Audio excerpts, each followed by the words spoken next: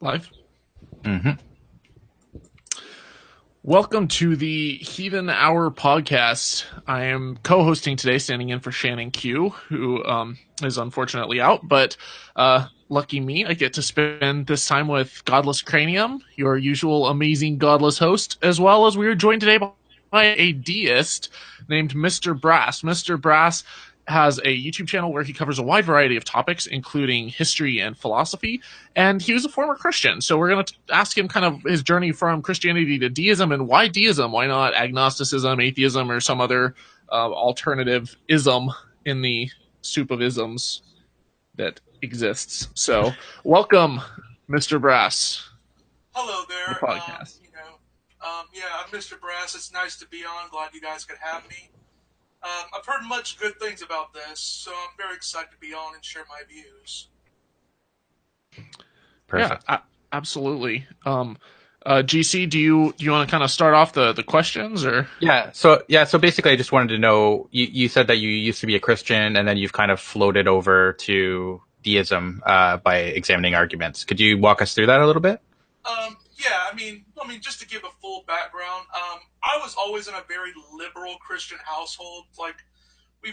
We, like the closest thing we ever really came to religious is like my mom used to say, "Oh, Jesus loves you and God is looking out for you," and that was basically the extent of our theology. It was never really enforced on me. So, and it kind of, we were very non denominational. So, it actually did bother me later on in life because I wanted desperately to find a denomination to fit into because I had some personal experiences and I just said, look, I want to be a part of a denomination of Christianity. And I eventually just I settled on Methodism for a while. I thought, I liked their views on the Pope, their charity work that there was just close by. Um, so I settled on that for a while. But I began reading philosophy. I read some history of the Christian Church. I also what really convinced me was reading into the neuroscience, and I eventually more or less became completely unconvinced of the whole soul concept. And once you kind of lose that belief in the soul, the whole Christian worldview kind of just comes crashing down on you. Eventually, I would say I settled on. I was originally I was like a sort of strong agnostic for a long time, where I just said, we can never know that God exists. Like that's just something that's beyond our comprehension. I was mainly up there for a while. I was actually a part of more. I watched atheist videos constantly. I was very much a fan. But then I began seeing some problems, like with some of the history and some bad philosophical arguments. And eventually, I just wanted to learn. I wanted to extend it. I wanted to learn more about religion, and so that I can criticize it better. And eventually I just I read books like like by Voltaire, by Thomas Paine, and I eventually also read the Jefferson Bible, and I eventually just came to the discussion like what was the worldview I currently had, and like comparing that Christianity, atheism, and stuff like that. I did like an analysis of like what are the worldviews, what are they offering, like and where does the argument seem to be going towards, and who's really investing in the arguments. And I eventually just more or less settled on deism. Eventually, I think a lot of Christians really are just deists, but they more or less are just they're cultural Christians in the sense like they're raised in an environment that just happens to be Christian, and but their beliefs are completely deistic. Mr. Brass, the audience is having a hard time hearing you. Is there any way to sit closer to your mic? All right, sure. Yeah, is that better? Okay, say it again. Is that better? I can hear you okay, but I have headphones on, so it might be different for other people. But Yeah. Oh, I have my microphone it's a part of my headset. Oh, I see. Okay, you have like a gaming mic going on. Yeah. Mr. Brass, you are a YouTuber. You need a better mic. Well, yeah, I have three. Yeah, no, I have three microphones, and not a damn one works well.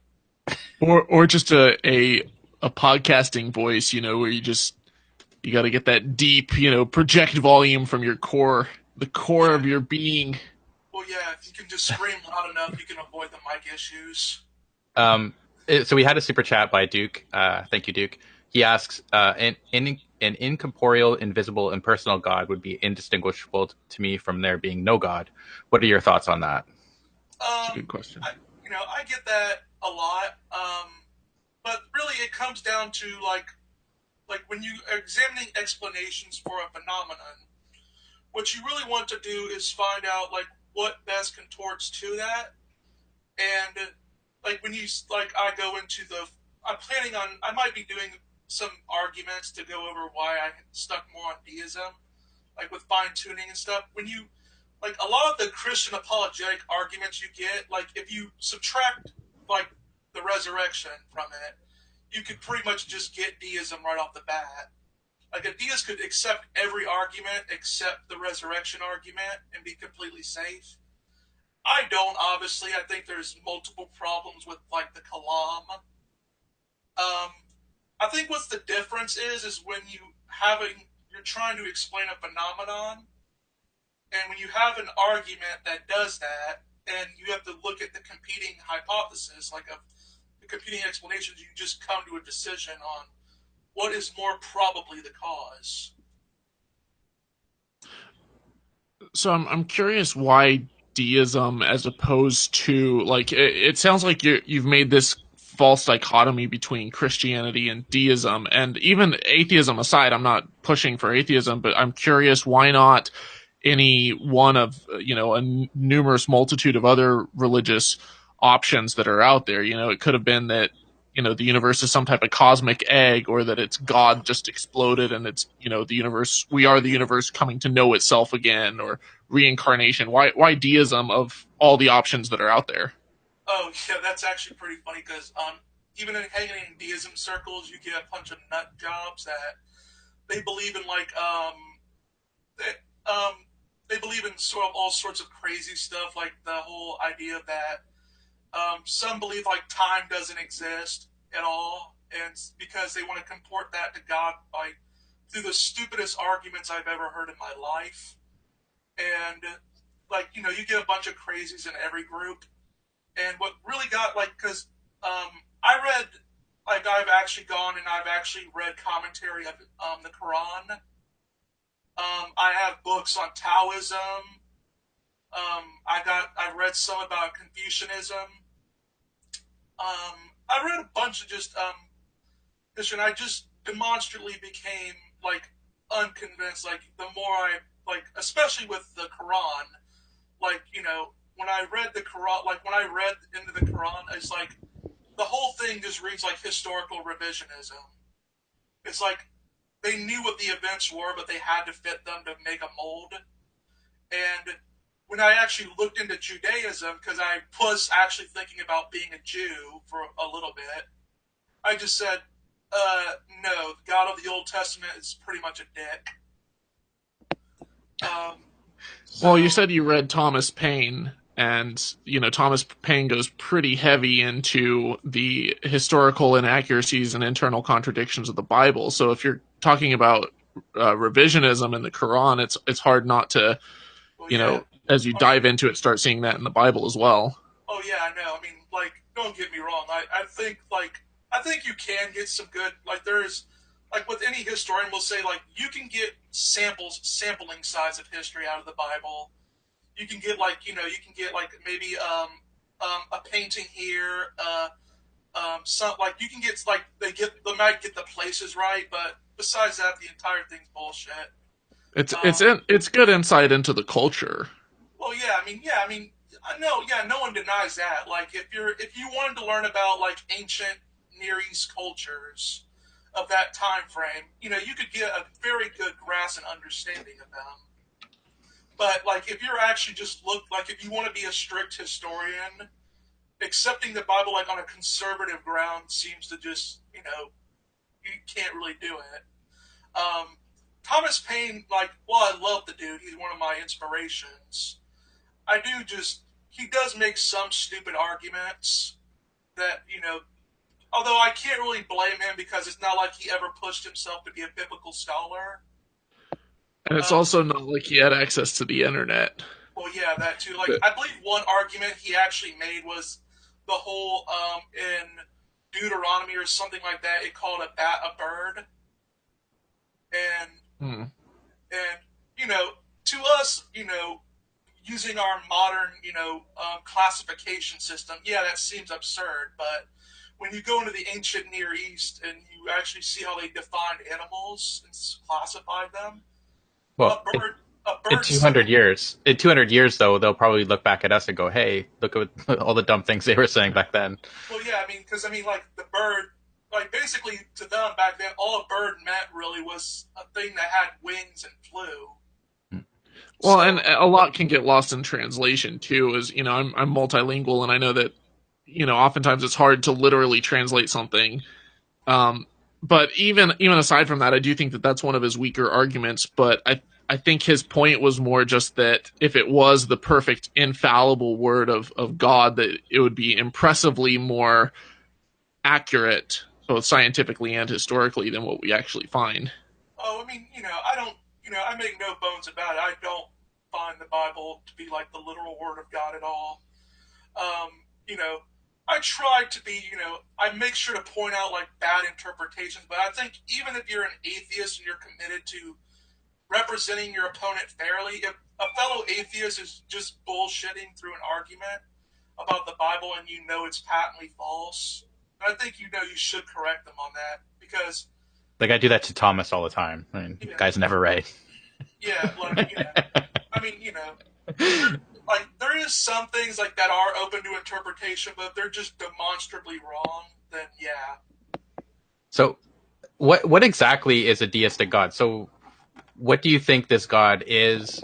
What do you think it's conscious? Yeah, I definitely believe it's conscious because a non-conscious thing really can't cause anything to really come into being. Does it Um, exist outside of the universe? well, yeah, it would have to be like you'd have to go really into the basics of like what they say in the arguments. Timeless, spaceless, immaterial, yada yada yada. Wait, what do you Uh, mean time was spaceless? well, like the William Lane Craig argument, where if it's because time, space, and everything is like finite. Well, yeah, And, but I mean, we think of it as two separate things, but it's actually, oh one yeah, entity of space time. oh yeah, I know that. I'm just saying like that's what they really mean. It's like outside of space time. Okay. Outside of space time would be like no space at no time, which would be a good description for something not existing. Yeah. It's like, what is it made of if it doesn't have any kind of material matter? Well, yeah. That's actually very good. Like, I I mean, believe. I'm not trying to put you too much on the spot, but I'm genuinely curious. Just given everything that we know about our universe, you're talking about how the universe is fine tuned, and so you see like evidence for the existence of a god.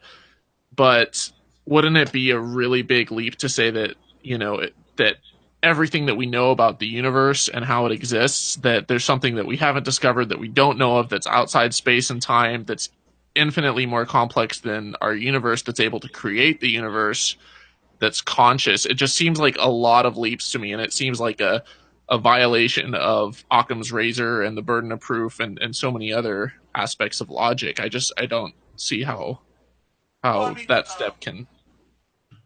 well, yeah. We all. Well, I think the first point goes into like what you discussed was trying to think Occam's razor, which really goes into you shouldn't multiply entities, which and you should. I take more of like the Einsteinian principle, like where he goes into you should try to make things as simple as you possibly can, but not simpler. I do see God as like more like we tend to think like something can't really come from a simple beginning, because like if it's something that's really complex, but we know plenty of things like that. Like for example, if you make a computer that can, you know, over time, make more computers. Eventually, at some point, the computer is going to become more complex than the person that actually made the computer. And so you start off with a simple beginning, and it ends up getting drastically more improved over time. So you think that God is less complex than the universe? I just believe he's like divinely simple. Like, I think how they divine simplicity goes. It's like he's the essence of existence itself. You know, no, he's comprised of no parts. Aristotle. Yeah, Uh, Zero had a super chat. Thank you, Zero. He said many modern physicists think that space-time is an emergent phenomenon, so the idea of some things existing outside of it isn't incomprehensible.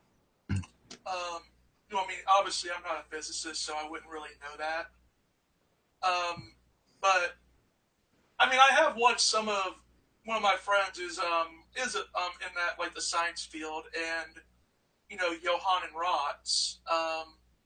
He's very much into the idealism thing. I mean, I don't really know how much to feel on that, but he does sort of make the case that there are things that like he goes in like the Fredkin's others, Hilbert space. He goes into all that stuff, and he sort of makes it seem like it's not entirely implausible to say that um, like um, an unembodied mind can exist outside the universe.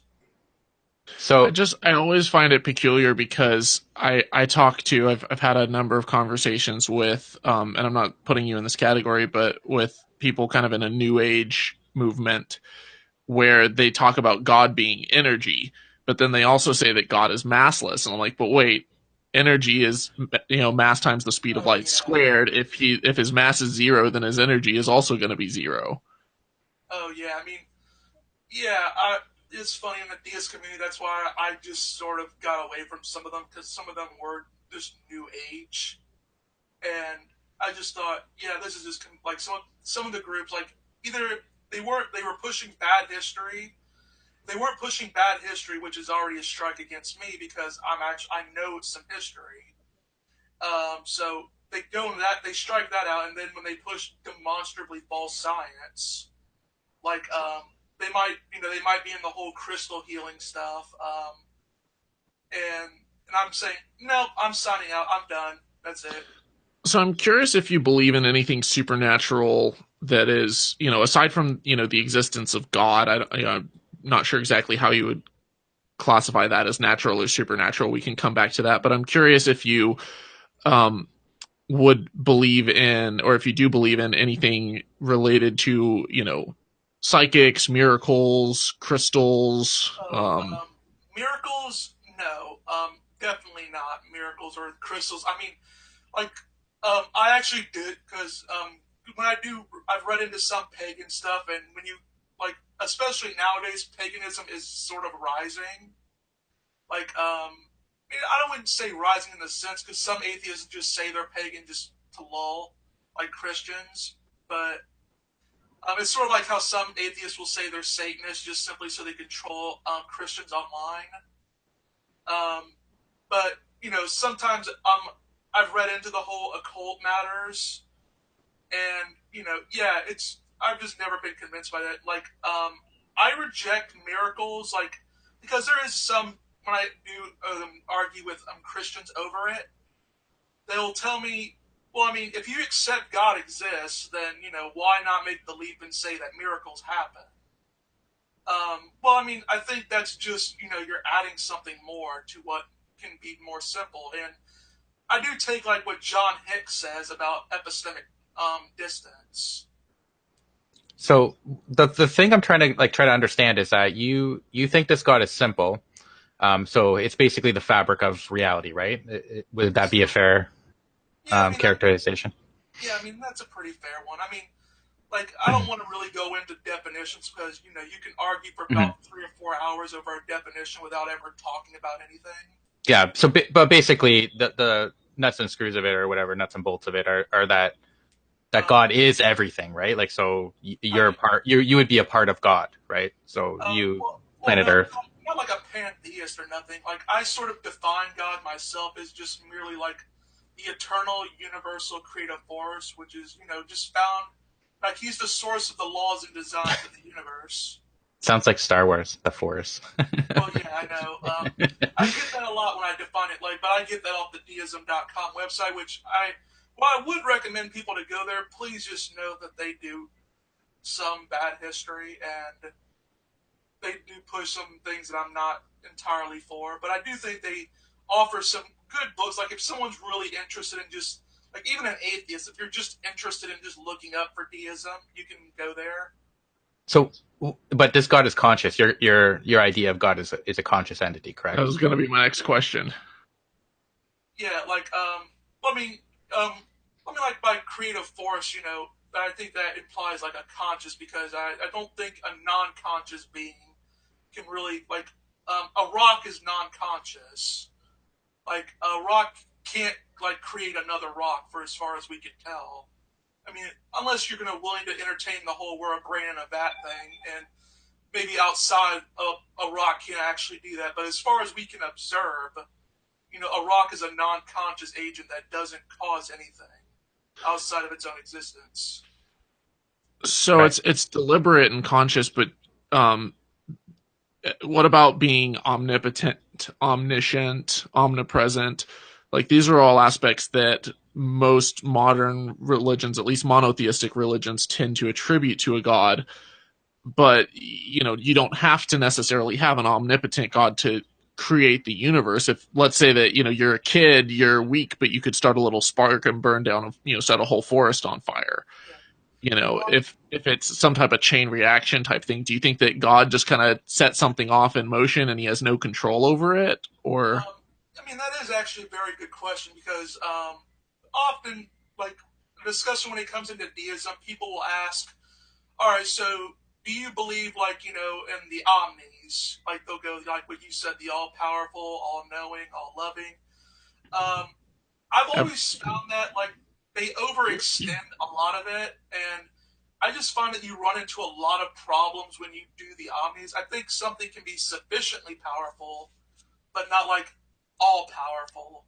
Like you don't need like, for example, like when you want like to turn on the lights to your house and you need the energy to be able to do that, you don't need to have all the energy in the world to produce the effect of lighting up your house or something like that. I believe like God would have to be powerful, but he wouldn't have to be like all powerful. because I guess I can picture a scenario in which I don't know if you've ever read Isaac Asimov's book or his short story, the last question or the final question, where No, but I would be interested in it. basically humanity becomes more and more and more complex, but there's always this one question that they're trying to ask the internet as the internet gets, smarter and bigger and faster and whatnot. And they keep asking, can entropy reverse itself? And a little bit of a spoiler alert, but basically at the very end of the story, it only is, it'll take you about 30 minutes to read it max, but basically at the very end, this computer, they keep asking it, can entropy reverse itself? And there's not sufficient data to give a meaningful full answer. But then at the very end, as they're kind of the last star is burning out and humanity is merging its consciousness, and the last person merges with this computer, so it's the smartest thing in the entire cosmos, that it then says, let there be light, and it answers the question. So I can kind of picture, in a way, a scenario where we become so technologically advanced that maybe we can, set something in motion or set off some new big bang that starts a whole new universe or something potentially. But I find it a little bit Like maddening when you start asking, where did God come from? It's like, well, he had to have come from somewhere. Why aren't we the first ones in this process? Why, maybe there is a sufficiently advanced technology that's indistinguishable from God's to us. yeah, I mean that But actually reminds me. I can't remember the philosopher for the life of me that brought up something like that. Actually, it was mimicked in Thor in a Thor movie where where Thor says in a like when they were referencing science and magic, he said, where I come from, science and magic are remotely the same thing. And like he said something along that lines, and it references like a philosopher where he said like at a certain point of technology and advancement, magic becomes indistinguishable from science. Like, for example, walking on water. Like, we'll think that that's so like miraculous, but it's not like it wouldn't be outside the realm of possibility for us thinking of making a technology that allows us to just do that on our own. Well, I think the difference is that technology bridges that gap. It's Yeah. not just some natural, phenomenon that's kind of inherent in the cosmos, some, weird third eye energy or something like Well, yeah. I mean, it's technological like breakthrough. well, I mean, yeah, it's sort of like I always like. I don't know if you guys know Aubrey de Grey. Well, I don't support some of his longevity research or nothing like that. I never want to say that, but The he does like. futurist. Like if someone wants to learn about biology and go into all that, I very much support that because I'm very much pro education to a high stance. But I'm trying to think of where I was getting the point of. I just think, oh yeah, basically technology is like science is about learning about nature and how it works. It's like learning about all the clogs of the machine and how the machine works. While technology is learning how to manipulate the nature of the machine and to make something out of it. Like like a car is not going to be naturally found in nature. We have to make that. Right. Um, I still don't. I still don't understand. Like, I don't understand the whole thought process that you went through. Like, I just don't get like how you went from like so it's a conscious being, but there's no way to verify this being, or is there? Do you believe that there's a way to verify it? That there's a way to Um, prove that it exists, or yeah, I mean, I believe through like reasoning, like how deists typically do is like we go through natural theology, like similar to what Christians go through. Although obviously we reject like the whole Revelations things where Moses can go up atop a mountain and get revealed like God says you must do X things, and apparently there's nobody there to verify that information. Mhm. Um, like we obviously reject that part. We don't like I mean, I really did sincerely, like when I was a Christian, really try to look into that to try to really be more convinced of the proposition that the Christian God exists.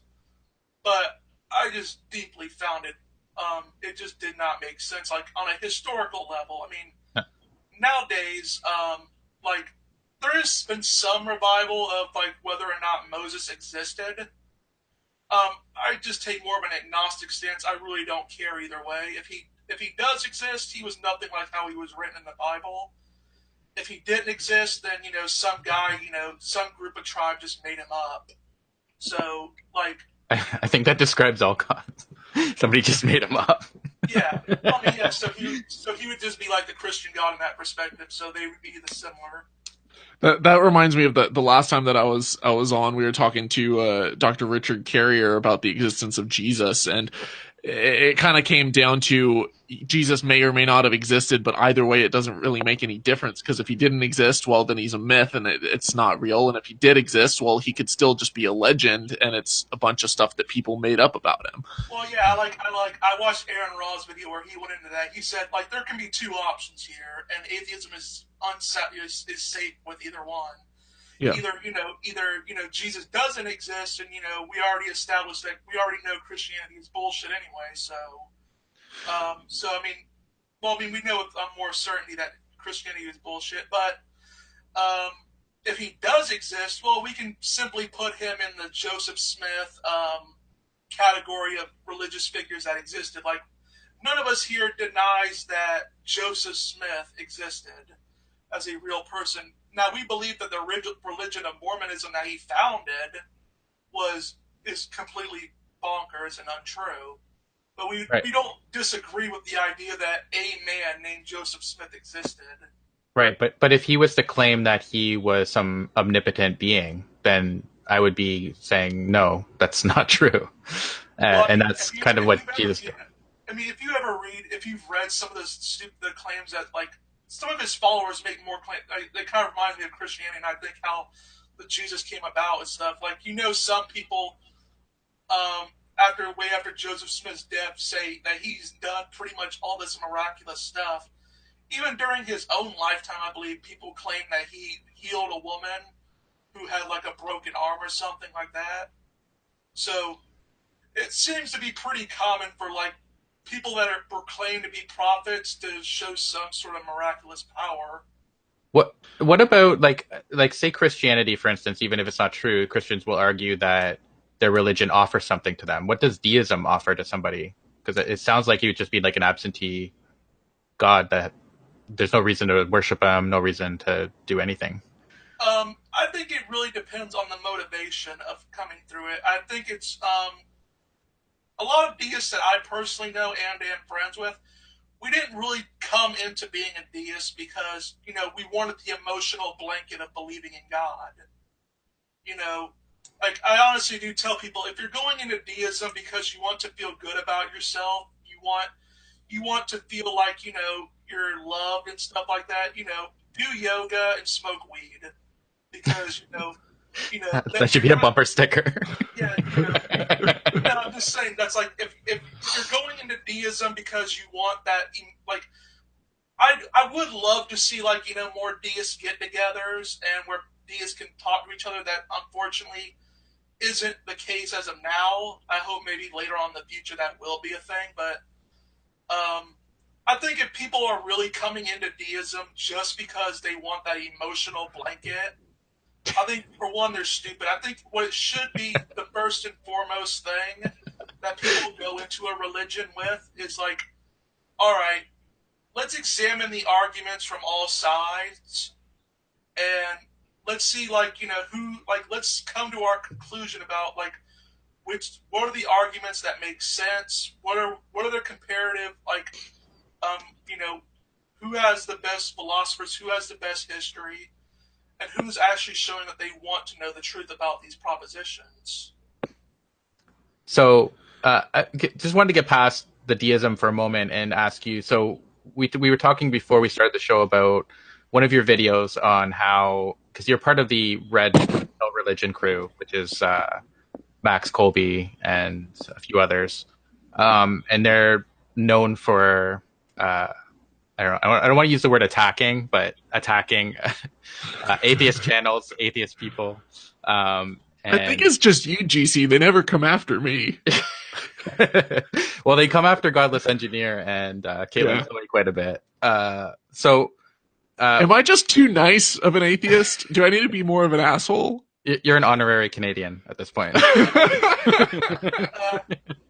Sorry, I'm so sorry I cut you off there. Yeah. Can you lay out what that video was basically about, Mr. Brass?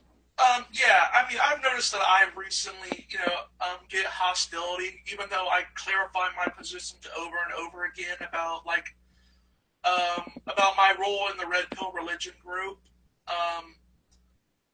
There is, like, me and, like, we're not really, like, we're not like a church or a ministry where, we all agree on certain, like, where we all have like our assigned task of what we're to do. We share some common threads of what we like. If you're joining like the YMCA or you're joining like any club, you're going to have some things that you guys agree with on some things. But that your mic is going crazy. Just I don't know what it is. It sounds like you're jumping in water at some point. All right, so there's some groups of people that. Like, there's some things that we agree on, and there's just some things we demonstrably don't agree on.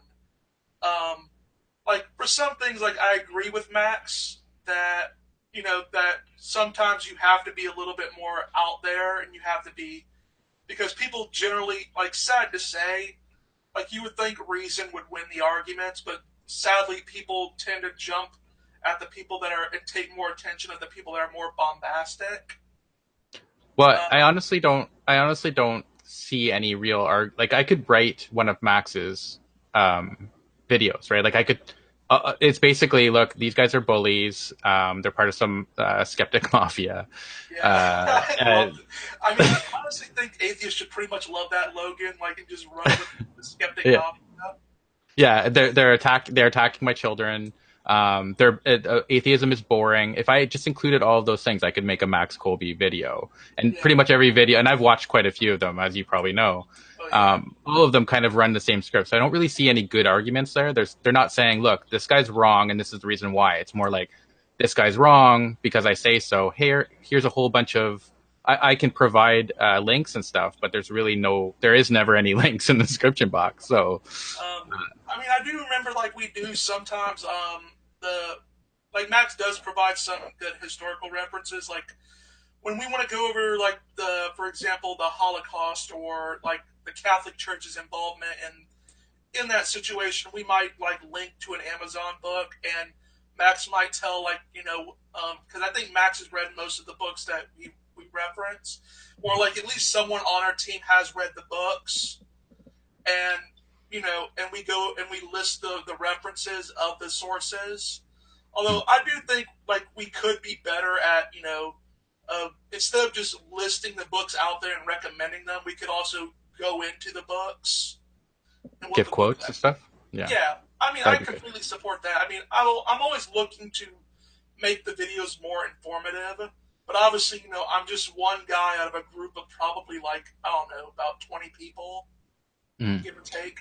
But do you see the argument that so just say that Thomas was attacking and calling people Nazis and saying Christians were Nazis because they're Christian and they're bad people and they're horrible and all this other stuff, and we should silence them and all that kind of stuff, right? And then I'm friends with Thomas and I do regular videos with him and live streams with him, and I hang out. We're all friendly and stuff. We're not disagreeing.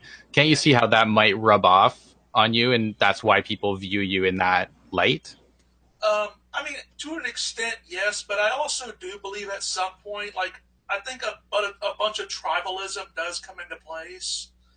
And I think some criticisms like, at me at least, are just widely out of place because, like, they want to attribute everything Max has ever said to me as if, like, I haven't multiple times said, like, at this point, I have to wear a t shirt that says, two people can be friends but not agree on everything.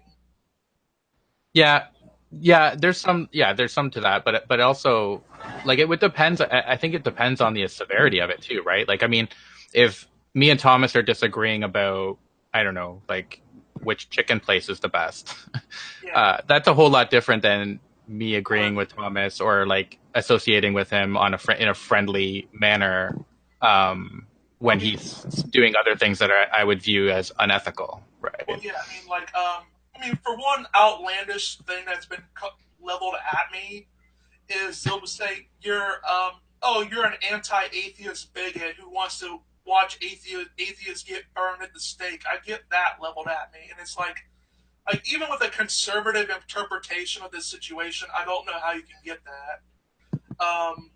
Like for one, it would be absolutely stupid to say that I'm of all people anti-atheist because, for one, I'm a member of multiple atheist groups, like that are led by very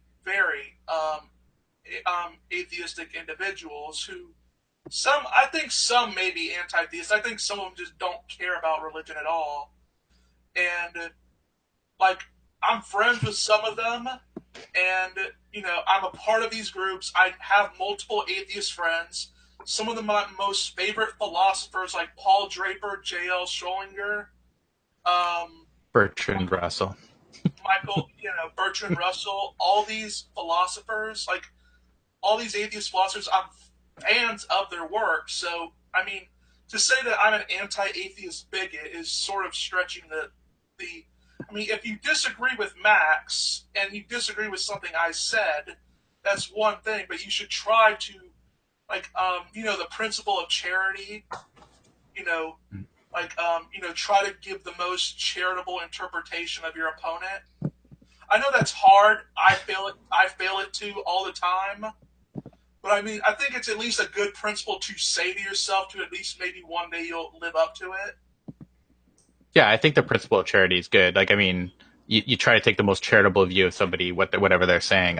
That's good. But I do think that there is a point where you say, look, this guy, if somebody is, say, a white supremacist, and I'm like hobnobbing with them on, I'm not saying red pill religion is white supremacist, but I'm just saying, like, if you go up a notch to something that's, most people would view as horrible, and then you are hobnobbing with them, right? And you're like, hey, let's hang out and do this cool stream and stuff like that. And you're not saying, look, this what you're saying isn't right and it's not good. And you're hurting the cause, or you're hurting our cause, or whatever it is. Then at some point, you kind of, that dirty water kind of gets smeared onto you. Does that make sense? Well, yeah, I mean, I do completely get, like, Shannon Q, and some other people have pointed that out to me, where it's not like they have a problem with me specifically, but they think that, by me associating with it, that I'm endorsing it in some way or form. But if you actually look at the video, I know a lot of them have been taken down, but, like, anyone that knows me knows that whenever I've been involved with the chats and with Max, and I've ever felt that he's gone too far, I've always been one of the first people that said, "Hey, man, you're going too far. Stop it." I would be like saying, yo, stop it, like every third word, because Yeah, he rarely says anything that isn't going over the line when it comes to atheists. like, here's the thing: like, if he's just saying, like, he's just making a rant, like, that's, I don't really go, because I think sometimes a rant can be constructive, depending on how you do it. Like, I think Christopher Hitchens did some really good rants. Well, But, if the rant is factually correct, right? well, yeah, but I think what the problem who I really come, like, there's some, like, a lot of the problems that I have with Max isn't really that he rants, but the idea that he just doesn't let an issue die. Like, Yeah, like, here's how I say it, because I'm a very simple guy. When I have a problem with anyone online, and it's come down to where, they're making fun of me, they're just being an ass or something like that to me, I just block them, and that's the end of the conversation. I don't mention them very much. I might mention them once or twice in a conversation, but I just kill the issue right off the bat. I let the issue die.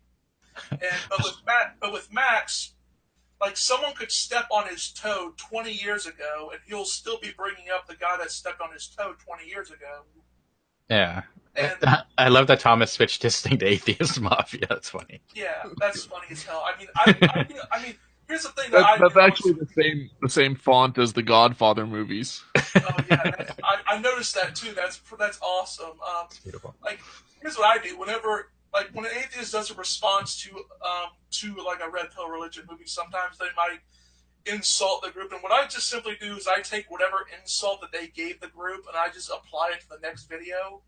So, like, Emperor Atheist, for example, called me and the people in Max's group Max's cronies. Mm-hmm. And the next video, like, after I heard about that, I said, "Hello, guys. I am Max's crony. How are you guys doing today?" So you're owning the insult, basically. Yeah, because here's the thing: I think people fail to remember today is that words only mean bad things if you allow them to really mean bad things. A word in of itself is amoral. Well, I definitely need to be more mean to you than in videos. Well, yeah, I mean, well, I think you did a pretty good job in the last two videos, as far as I've seen. Oh, thank you. Well, Yeah. but I mean, something only really, it's only really powerful if you let it get to you, like if you kind of embrace it or, brush it off, then you disarm it.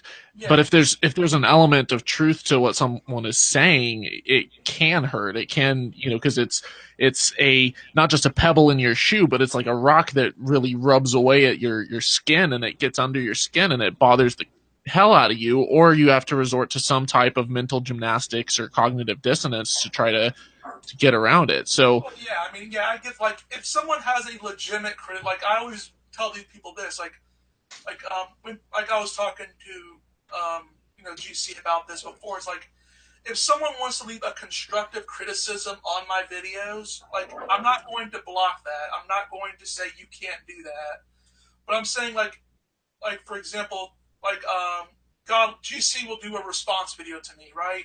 And his fans, instead of leaving a constructive criticism like saying, "Oh, you did this and this bad," like what they'll do is they'll just take the entire they'll literally go word by word everything GC said, and they'll simply copy and paste. And I said, look, if you just wanted me to watch the video, you could just said, here's the link, and that could have been the end of the conversation.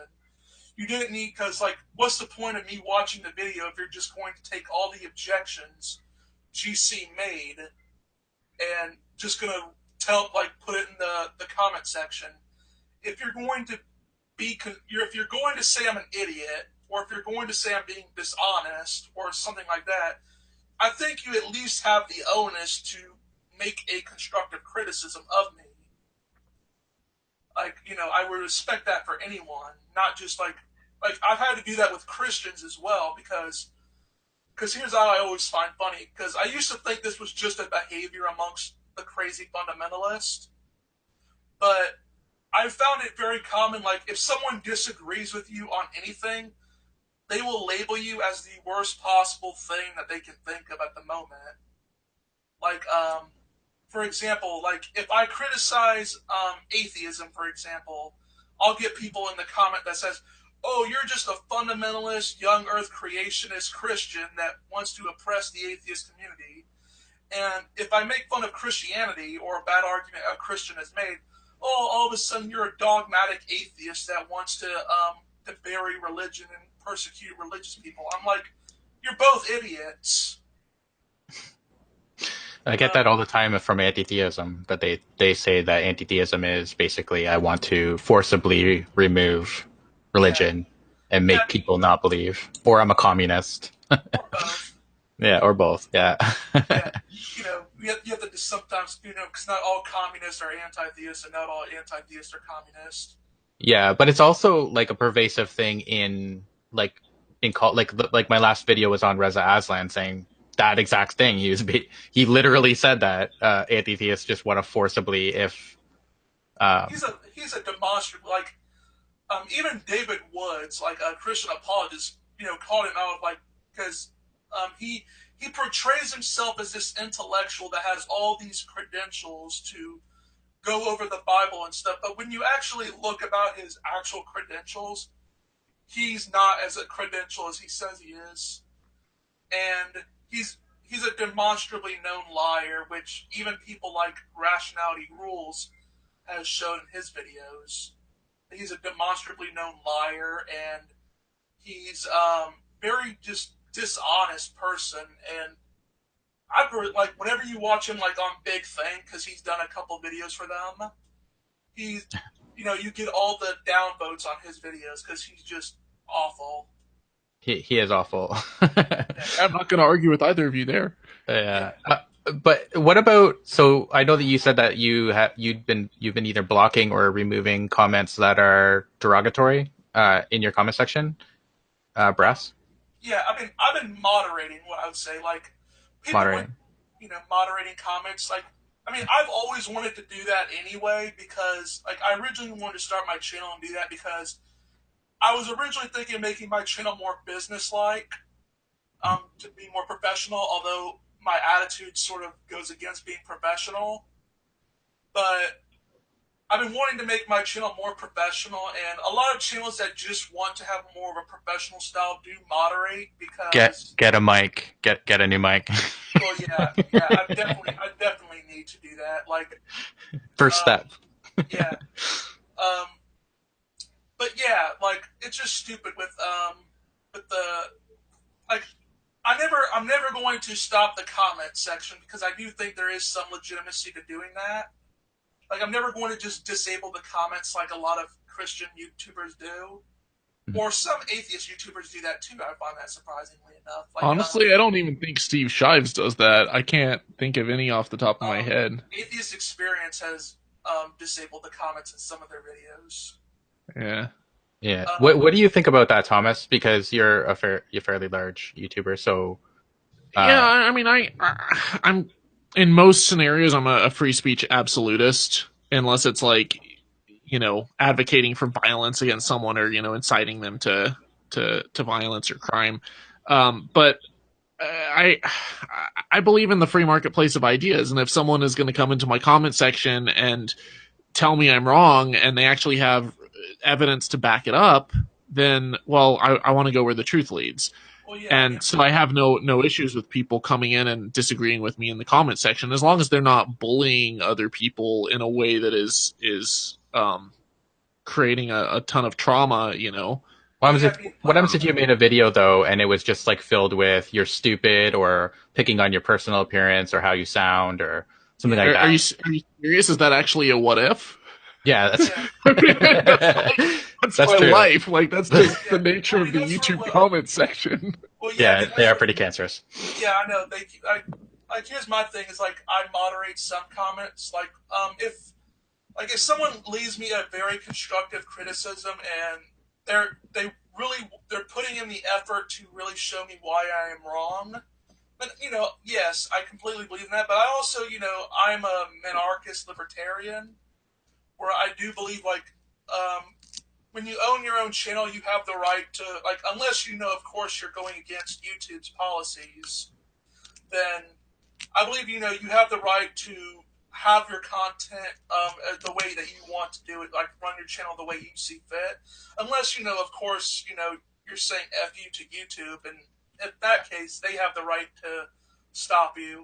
I agree with that, but it isn't really about what you should be allowed to do. It's more about what you should do, right? Yeah, so I mean, I get that. I mean, for example, when we talked about before, with when you responded to me, if someone leaves a constructive criticism with me, I'll keep that. That's fine. But if someone is, for one, just going to just repeat everything you said, and if that's not bad enough, what they might do is they might say, "Oh, invisible sky daddy," they'll have I'll get 5 or 6 people that just say invisible sky daddy, Santa Claus, fairies. At that point, I just say, no, you're an idiot. You're done. That's it. Done.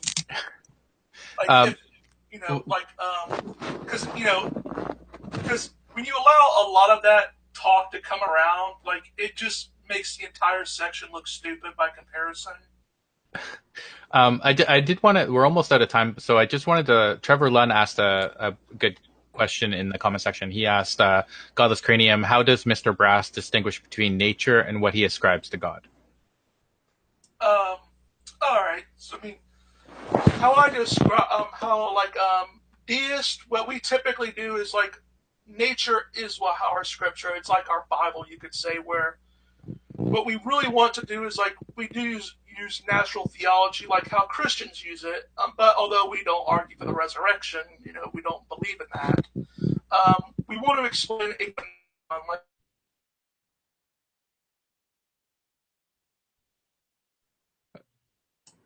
I think I lost him. Yeah, I think we lost Mr. Brass. It went off in mid-word, so I'm pretty sure that it's something on his end. I don't know. It sounded like he was on a balloon or something. His mic may have gotten unplugged. Yeah, that might have happened. We'll wait maybe a second. I don't know. Yeah, because I'm kind of curious what he was going to say.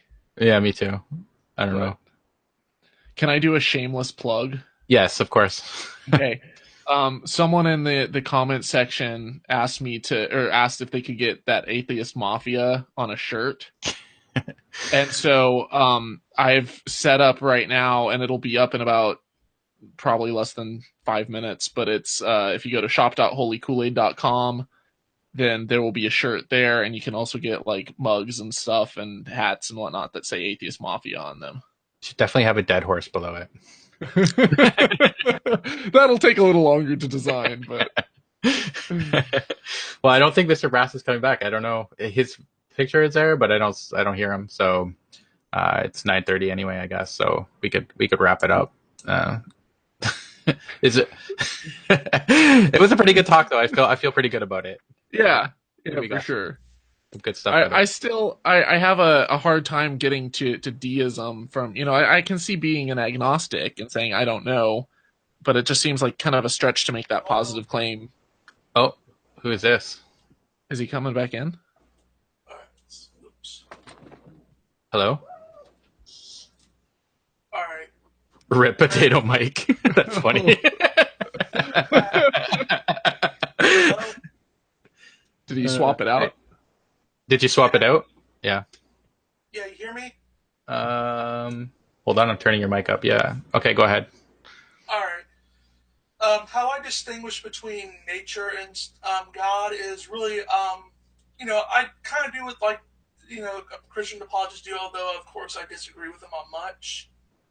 What I typically do is I go for the natural theology and I want to better explain a phenomenon. And if I find that the argument more points to the direction of God, we can distinguish between nature and God obviously through that, because if it's not nature, then and if it can be, the supernatural is the only explanation that makes sense, then we can make a distinction between there, if that makes any sense at all. No, it doesn't really make a lot of sense to me. But I guess if it did, I'd be a deist. Yeah. So we were just going to wrap it up. Where can we find you, Mr. Brass, if people want to check out your channel? Well, yeah. Obviously, you can find me on, my YouTube channel is named after me. It's Mr. Brass. I recently put out a video, actually going after missing the mark. You're putting out a video criticizing missing the mark? Oh, that'll be interesting. I recently put out the video because he made a bunch of, he said stupid stuff about deism, and so I had to correct him. Oh, well, there we go. That's good. Okay, I'll leave a link in the description box. Also, Tom, thank you, Thomas, for helping me out and filling in for Shannon. It's always great to have you on. Thank you guys again. I'll leave a link to your description or to your channel in the description box as well. Also, if you send me the link to your Atheist Mafia t-shirt, I'll leave that in there as well in case people are curious. Yeah, I'll definitely shoot that to you. All right, perfect. Thanks a lot for joining us, Mr. Brass. Thanks a lot, chat, for coming and sharing this time with us. Take care. Yep.